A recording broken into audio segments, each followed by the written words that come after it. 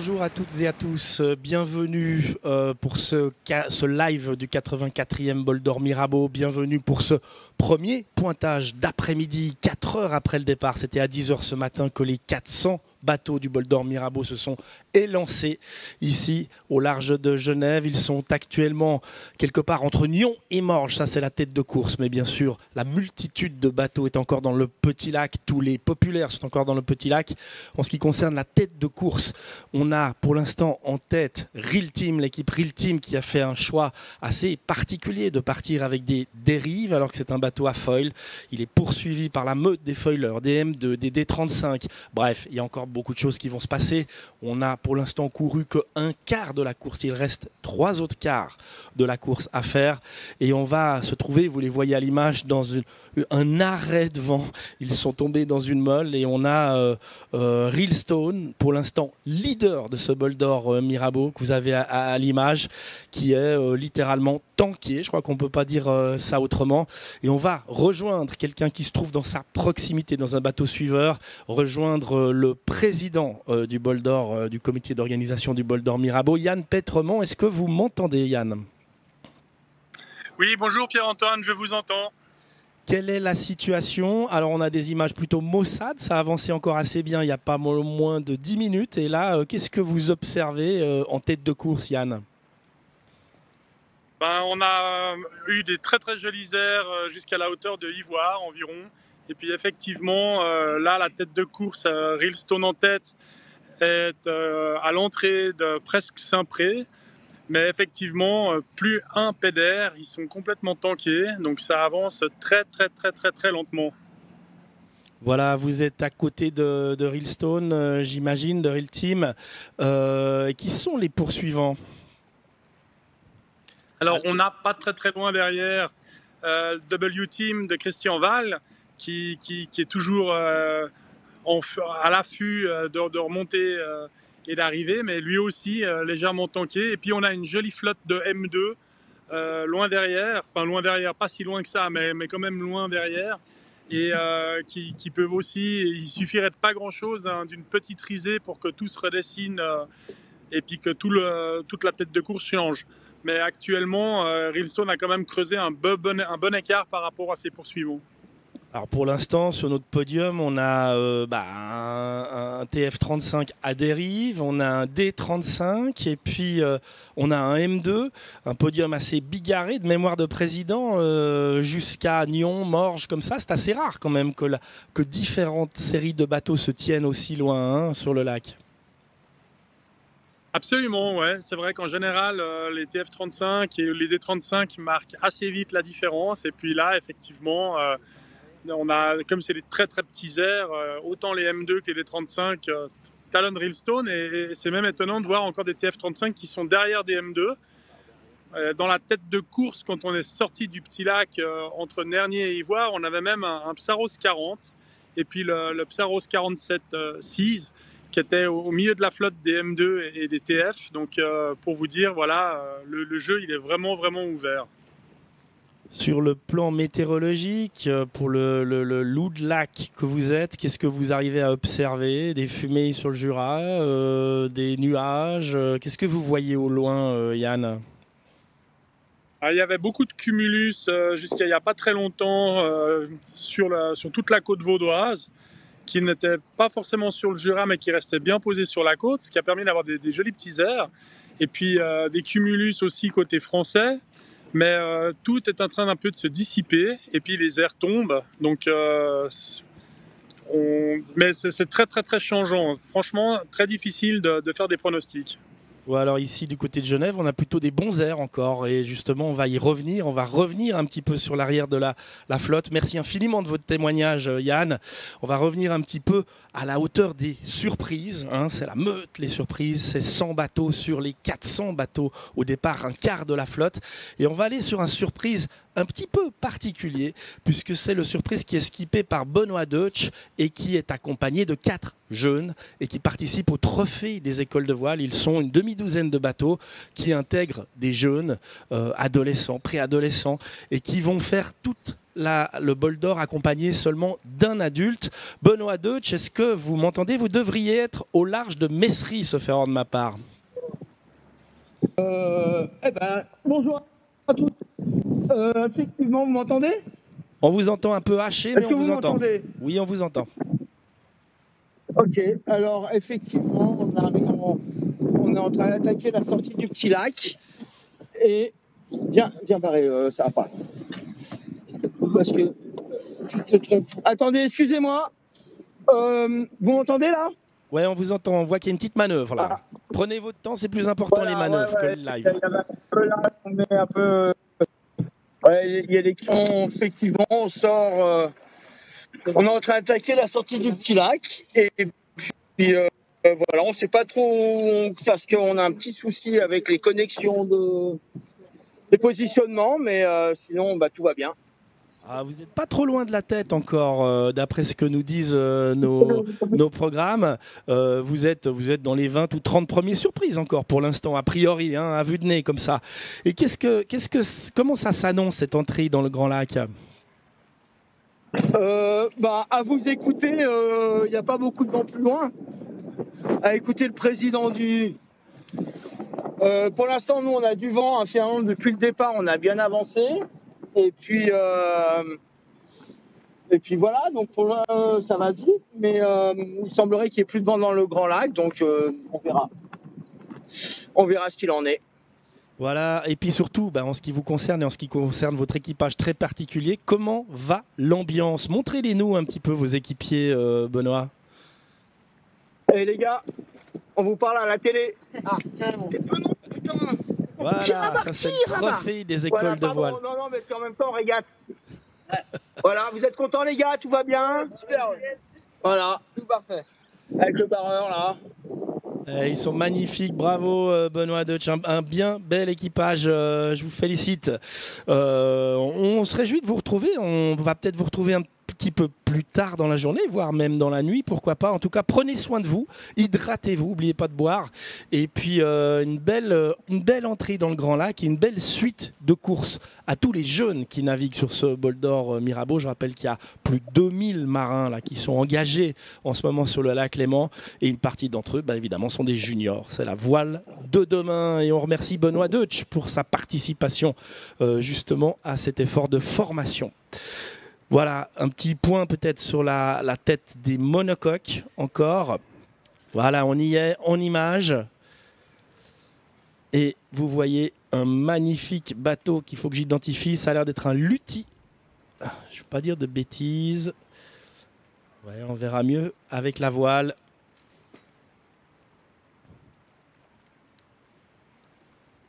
Ardentis qui est en tête des monocoques. Alors c'est un peu une surprise, c'est Ardentis, pardon. C'est pas un bateau qu'on attend forcément en tête des grands monocoques, puisqu'on est toujours partagé entre le Rafika hongrois qui est très fort dans les petits airs, entre le Psaros 47 qui est aujourd'hui taillé pour gagner la course en monocoque. Eh bien non, c'est Adventis. Alors on va se pencher sur la question et on vous fait un petit point dans quelques minutes par rapport à l'identité exacte des occupants de ce bateau-là, qui pour l'instant tient la tête de course des monocoques. Mais on va s'intéresser, grâce à vous, Laurence Clerc, et à vos invités, on va s'intéresser à une question qui préoccupe évidemment beaucoup de monde aujourd'hui, c'est les questions environnementales. Les questions environnementales en lien avec la voile, en lien avec la mer, bien sûr. Et je vais vous laisser la parole. C'est à vous de jouer, Laurence Clerc. Merci. Je voudrais surtout, moi, accueillir mes deux invités que je vais vous présenter là. Donc, aujourd'hui, j'ai le plaisir d'accueillir Emmanuel Boscardin, qui travaille à l'UICN, basé à Gland. Bonjour. Et bonjour. Donc l'UICN, c'est l'Union internationale pour la conservation de la nature. On en parlera plus précisément après. Et Emmanuel qui travaille donc plus précisément pour le projet Sport for Nature, dont il est responsable. Et puis j'accueille également Anne-Cécile Turner. Alors Anne-Cécile Turner, elle est directrice de campagne de la fondation Sails of Change. Sails of Change œuvre pour la préservation de la biodiversité à travers le sport. Elle était déjà dans la voile, puisque auparavant, elle était directrice de la durabilité pour The Ocean Race, plus connu sous le nom de Volvo Ocean Race. Tout le monde connaît cette course, bien sûr. Et son rôle consiste à informer, à faire passer des messages, à encourager, à agir surtout.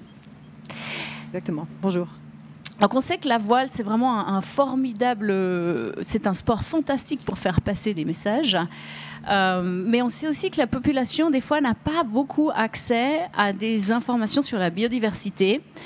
Alors, les premières étapes aujourd'hui, c'est peut-être pour avoir de l'air propre et de l'eau propre, de faire passer ces messages, parce que c'est les plus grosses menaces actuellement, on le sait. Et je vais commencer peut-être avec Emmanuel déjà, qui est le spécialiste de la nature. En tant que spécialiste de la nature, Emmanuel, est-ce que vous pouvez nous expliquer dans quel état est la nature aujourd'hui? Avec plaisir, merci beaucoup et merci pour l'invitation. Alors, malheureusement, il faut dire, on a une crise environnementale triple. On a le changement climatique, on a la crise d'une pollution et aussi, comme vous avez dit, la crise de la biodiversité qui se manifeste dans la dégradation des écosystèmes et malheureusement dans la perte des espèces. Pourquoi c'est important? Parce que ce sont ces écosystèmes qui nous rendent des services très très importants pour les êtres humains, pour la santé, l'eau qu'on boit, l'air qu'on a autour de nous et aussi la nourriture. Alors pourquoi est-ce que c'est aussi important aujourd'hui? Les écosystèmes s'effondrent. Pourquoi est-ce aussi important de travailler maintenant tout de suite là, sur le sujet, d'être efficace aujourd'hui? Il faut le faire aujourd'hui parce qu'on est vraiment dans une situation de crise. Il faut malheureusement le dire comme ça. C'est vraiment à cause des pressions environnementales, les écosystèmes, on a des espèces qu'on malheureusement qu'on perd. Et quand les écosystèmes ne sont pas dans une bonne santé, c'est l'être humain qui après doit avoir la conséquence et on ne reçoit pas les services qu'on a reçus les dernières années. Merci. Est-ce que les marins sont concernés aussi? Est-ce qu'on a des oui, bien sûr. Bien sûr, les marins sont concernés. Là, on a en particulier, il y a plusieurs défis, mais je veux me concentrer sur deux. D'une côté, la pollution. On a des produits plastiques qui sont dans l'eau. Ils peuvent y rester pour des centaines d'années. Et bien sûr, ils peuvent entrer aussi la chaîne alimentaire des animaux.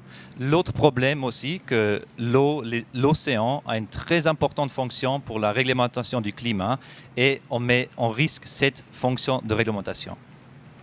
Merci. Anne-Cécile, vous, aujourd'hui, êtes dédiée peut-être plus particulièrement à cette cause. Pourquoi est-ce que cette question de régulation de climat est-elle aussi fondamentale? En fait, ce dont les gens ne se rendent pas forcément toujours compte, c'est que l'océan a un rôle essentiel sur la vie sur Terre. L'océan produit la moitié de l'oxygène qu'on respire. Chaque demi-respiration, pour nous, on la doit à l'océan. Ce qui veut dire que si l'océan est menacé, par notamment ce que vient de dire Emmanuel, le changement climatique, l'augmentation de l'acidification, ça menace l'humanité entièrement. Effectivement. Est-ce que le sport a un impact négatif sur l'environnement? Alors malheureusement oui, et c'est la raison pour laquelle nous sommes ici, c'est que le sport doit déjà mettre un peu la maison en ordre. Si on pense à l'ensemble du mouvement sportif, on imagine, mais si on fait un petit focus sur la voile, le sport, les bateaux ont un impact, notamment par les peintures, les anti-fouling. On a un impact par rapport directement sur la biodiversité aussi, avec la façon dont on gère les déchets, la façon dont on gère l'eau, dont on se transporte. Mais le sport a aussi une fantastique opportunité pour faire passer des messages et solliciter l'attention des gens autour de nous pour les reconnecter avec la nature. On parle aujourd'hui d'une multitude d'enjeux autour de la voile. Plus que jamais, évidemment c'est un peu nouveau. On a toujours pensé que la voile était un sport super clean. On s'aperçoit qu'on a tous un impact carbone évidemment. On parle de nouveaux matériaux pour les bateaux par exemple. On sait que maintenant on va construire des bateaux en fibre de lin. On innove dans des matériaux qui sont extrêmement high-tech, intéressants. On parle aussi beaucoup de passer à l'électricité pour les moteurs. Alors vous, avec Sails of Change, parlez-nous plus particulièrement de la présence de votre fondation ici dans le cadre du Bol d'Or Mirabeau. Alors effectivement, la fondation Sails of Change a été créée par Donna Bertarelli et son mari Yann Guichard, qui, avec leur famille, ont souhaité créer une fondation dédiée à la préservation de quelque chose qui leur est cher, l'environnement. Ils sont aussi connus pour avoir créé Spindrift, une écurie de voile que tout le monde connaît ici, avec un maxi présent à la Trinité, qui a tenté le record du Tour du Monde sur un trophée Jules Verne cet hiver, et avec un bateau sur le lac qui, on espère, va remporter le bol d'or. Alors, on peut peut-être, justement, on parlait de Spindrift. Vous connaissez l'équipage. Il marche particulièrement bien là, en ce moment dans la course. On parlait de la fondation Sails of Change. Quelle mission s'est fixée la fondation ? Alors, c'est vraiment une fondation qui est dédiée à la préservation et à la régénération de la biodiversité, avec un message principal que vous voyez d'ailleurs sur les bateaux et sur ma chemise sur le côté gauche, ici, c'est 30 par 30. Alors, qu'est-ce que ça veut dire 30 par 30 ? Ça veut dire selon les scientifiques, il faut protéger 30% de l'océan et de la Terre d'ici 2030. Et donc c'est vraiment un message qu'on cherche à porter et à concrétiser auprès des différentes audiences auxquelles on parle. Emmanuel, qu'est-ce que vous pensez ? Comment va-t-on faire pour y arriver ? On m'a glissé à l'oreille le projet de Sport for Nature. Pouvez-vous m'en dire plus ? Avec plaisir. Et vraiment, le projet Sport pour la Nature, c'est vraiment un des moyens avec lequel on veut atterrir ce but des 30 pour 30. C'était l'année dernière que l'IUCN, avec des partenaires, avec les Nations Unies, avec le Comité international olympique et bien sûr avec ma collègue, avec la Fondation Sails of Change, a créé cette initiative. Le but, c'est de travailler avec les organisations sportives de toutes les tailles, toutes les disciplines, dans toutes les géographies et de faire ensemble un travail pour la nature. C'est clair, ce n'est pas seulement le secteur sportif qui doit faire quelque chose, on parle des industries, des gouvernements, mais nous, on a vraiment le pouvoir pour mobiliser cette positivité du secteur sportif. Vous voulez peut-être rajouter quelque chose ? Oui, alors c'est vrai que nous, on soutient cette initiative avec IUCN. On cherche à avoir le maximum de signataires de cette initiative. On a déjà plus de 30 signataires parmi les plus grandes fédérations internationales, la fédération de rugby. Et donc, on a un objectif, le CIO, bien sûr, Paris 2024, a signé aussi. Mais il faut savoir que ça s'adresse à tout le monde, que ce soit une petite organisation sportive locale ou une grande fédération internationale. Peut-être que les organisateurs du Bol d'Or, l'année prochaine, pourront signer aussi. Peut-être. On espère. Mais on encourage tout le monde à venir nous rejoindre et à signer cet engagement. Vous trouvez toutes les informations sur le site de IUCN. Alors, on va... Pardon. Excusez-moi, Laurence, la parole, je suis vraiment désolé, c'est malotru de ma part, vraiment désolé. Un petit point sur la course. En attendant, priorité au direct, priorité à la course. On vous parlait de la tête de course monocoque, en fait, qui est le bateau Selmen Ardentis, qui n'est autre qu'un Psaros 40, en fait, et qui est propriété de monsieur Torrance. Mais pour en parler, je crois qu'on a quelqu'un sur le plan d'eau qui connaît particulièrement bien tous les bateaux de manière générale, mais aussi celui-là. Il s'agit de Johan Lelièvre. Johan, est-ce que vous nous entendez pour une petite explication de ce Psaros 40 ? Eh ben oui, je suis avec vous. Donc du coup, nous, on vient de perdre Johan Lelièvre. Quelque part entre la France et la Suisse, on a des sautes parfois technologiques. On va essayer de le rattraper. Voilà, on est en train de le rappeler. Juste l'occasion de faire un petit point sur la tête de course de manière générale. Toujours Real Team Sailing qui arrive à la hauteur de Morges. Gentiment, si vous habitez Morges, vous pouvez ouvrir vos volets. Ils vont passer devant vous. La tête de course multicoque, la tête de course générale, suivie de Patrimonium, de W-Team et d'un certain nombre de bateaux qui sont encore en paquet comme ça et qui vont probablement encore, on imagine, changer de position et de positionnement. Johan Lelièvre, est-ce qu'on a réussi à le rattraper? Voilà. Oui, je suis... c'est tout bon pour vous, vous m'entendez? On vous entend un peu haché, mais on vous entend. Continuez. Du coup, sur cette tête monocoque, donc comme vous le disiez Pierre-Antoine, on était avec le Psaros 40 Selmen de François Thorens qui a mené cette course pour le moment du début jusqu'à maintenant. Ils sont toujours avec les M2, avec les TF35, ils sont pas loin à l'approche de Saint-Près. Nous on est au niveau du radiophare là. On a Iliam 17 qui est en train de nous passer devant. Derrière le Psaros 40, on va retrouver du coup le Psaros 47 de Jean Psarofagis qui est à ses trousses. Et puis pas loin derrière, le favori actuel qui est le Hongrois Rafika. Voilà pour le trio-tête en monocoque. Tout à l'heure, on a eu le plaisir de voir une belle bataille dans les TCF 1 avec les Luthi F10 qui sont aussi du coup en TCF1 et qui eux on les a laissés au large d'Ivoire. Il y avait encore pas mal de pression à cet endroit-là, on avait un beau séchard. Et en traversant, puis après l'ensemble de la flotte a tendance à quitter Ivoire pour repartir en direction de Rolle, Pointe d'Alamand, pour venir chercher ces tout petits airs qu'on a maintenant à la côte suisse. Yann tout à l'heure vous disait que il y avait pas d'air avec le premier multicoque. Et puis là, je peux vous dire en temps réel que le vent se repose en douceur. Petit léger thermique qui est perpendiculaire à la côte au niveau de Saint-Près. La pluie sur le Jura, les nuages s'est chargé, on voit de belles petites averses. Peut-être que ça va tirer encore un petit peu et recréer un petit peu de vent. Et puis voilà pour ce qui se passe dans cette tête de flotte monocoque et puis sur la flotte multicoque. Avec des magnifiques images ici qui nous sont envoyées notamment du TF35 Iliam Comptoir Immobilier, propriété de Bertrand Demoule. Et puis, est-ce que par hasard vous voyez Spindrift, Johan?